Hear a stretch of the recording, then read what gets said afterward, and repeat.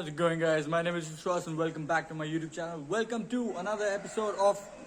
Wait, this isn't an episode of the Obsidian Cafe Racer build series. I'm just used to saying it.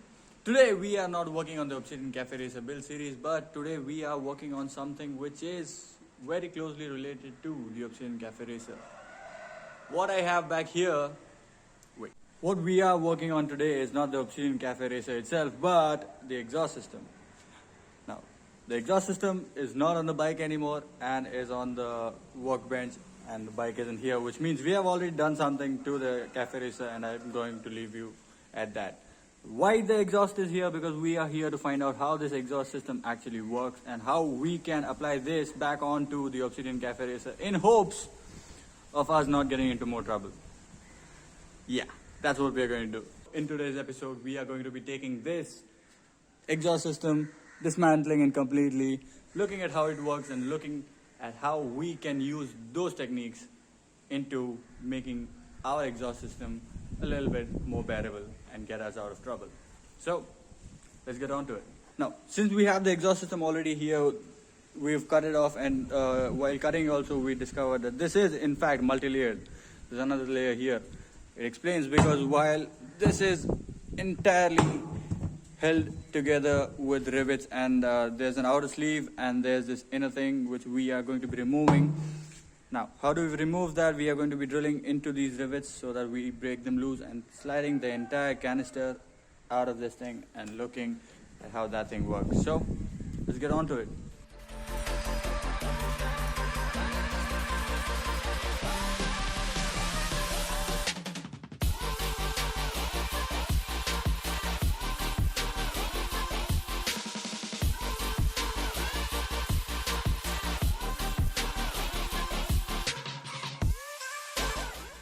So we got the rivets out, only one casualty, which was the drill bit itself. Now that we have them off, we are going to be moving on to gentle persuasion to see how easily this thing comes off.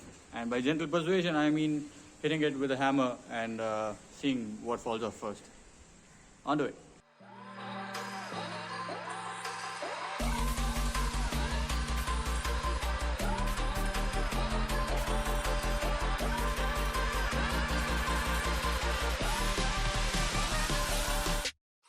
Well, we've been trying gentle persuasion for almost half an hour now, and we had to call in some help with the screwdrivers, but we can't seem to get this off now.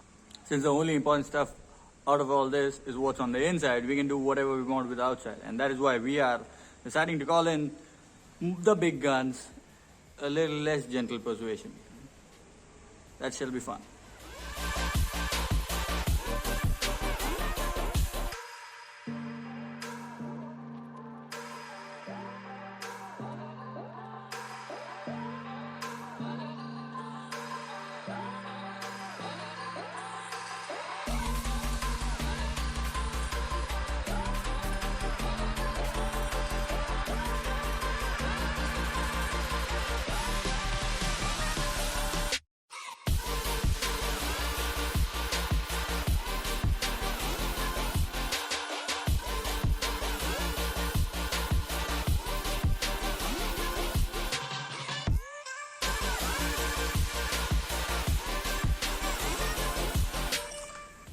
Well, after a lot of persuasion, we were able to break this thing loose, and we'll see what is actually inside this.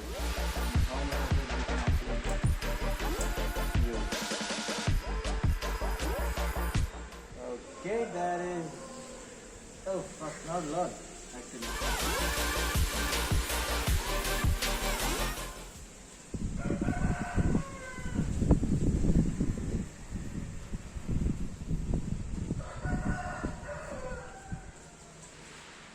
That's black. Oh. It's completely dark in there. Can't see any living daylights into this thing. So, I think what it is actually, since there are a few wells here, there's one section here. How this actually works is the gas gets into here, and then there's a lot of baffling plates through which the gas has to travel. in order to get back into here. And then at the end of this section we have a lot of steel packing, wool insulation, sound insulation. And then there's this the tube section, which, if this thing decides to focus, is where the final gas comes out of. Straight through in there, barely some light there. So I don't think we are going to be able to use this entire section or any knowledge from this, because our new exhaust system is actually much smaller than this thing, and we don't have the real estate. But well, at least we have some idea of what we actually can do. And let's see if this wool or whatever this thing is actually any useful.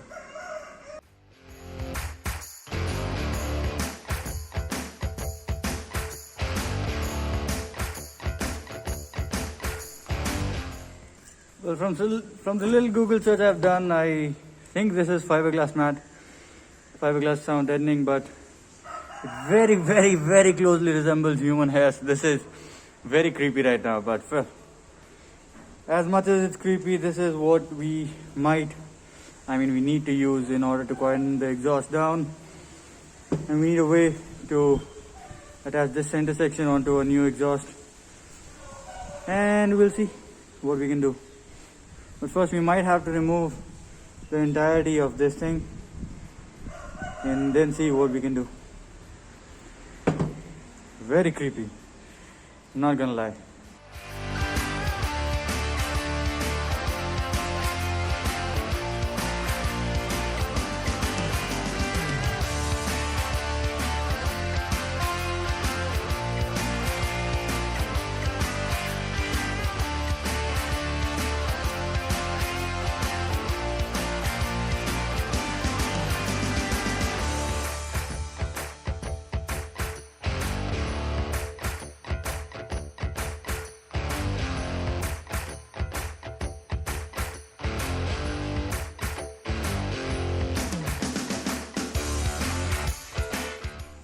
Well, under all this mess, we finally hit jackpot. Now this is exactly this is exactly the stuff we were looking for. I didn't know that it actually existed until I actually cut off all the devil's hair and uncovered this mess. But well, this is one of the steps which helps quieten down the exhaust of any stock bike. Again, since I told you, that thing is a multi-stage deal. On every step, there's a lot of direction changes for the flow gases, and the gases can flow through those changes, the sound doesn't. And again, this is the last ditch effort for capturing the sound, and this works great. Now, since it was all wrapped up, there was a lot of these holes which actually got clogged with carbon deposits and soot over the years. And that is what ends up hindering your bike's performances over the year. Now, luckily, there is one big hole. There are a few big holes at the ends which are not covered by this fiberglass devil's hair, and those things do not get clogged up. So there is a decent amount of gas just flowing through. So that is the one part which we are going to be using on our new exhaust to quieten it down and hopefully not get ourselves into trouble. But well, since we have reached so far, we've made this entire mess, and we already hacked apart the exhaust. Might as well look into what we can do and how that thing actually works. So onto it.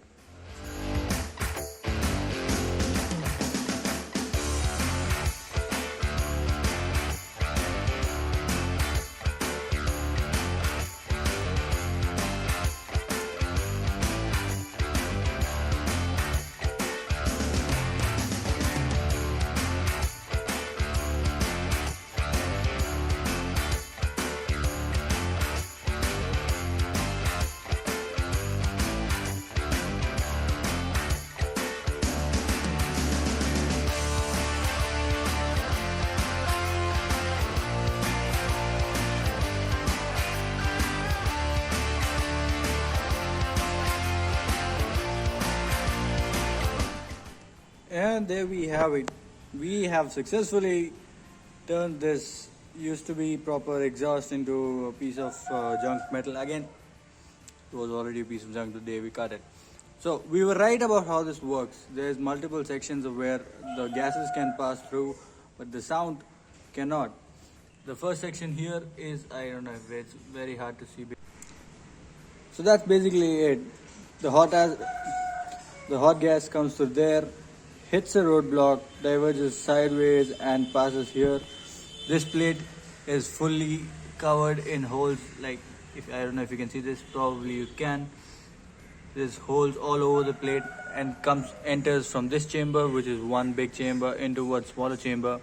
The gases again change direction, passes through this solid sheet with one pipe where only the gases can move through.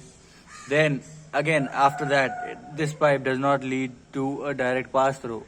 There is another direction change for gases to flow. It fills up this chamber and then comes through the central hole into this big chamber. This chamber was filled with this piece right here and a lot of that devil's hair, which is nothing but fiberglass. The fiberglass soundproofing takes care of any bit of sound which is left, and the gases can freely flow.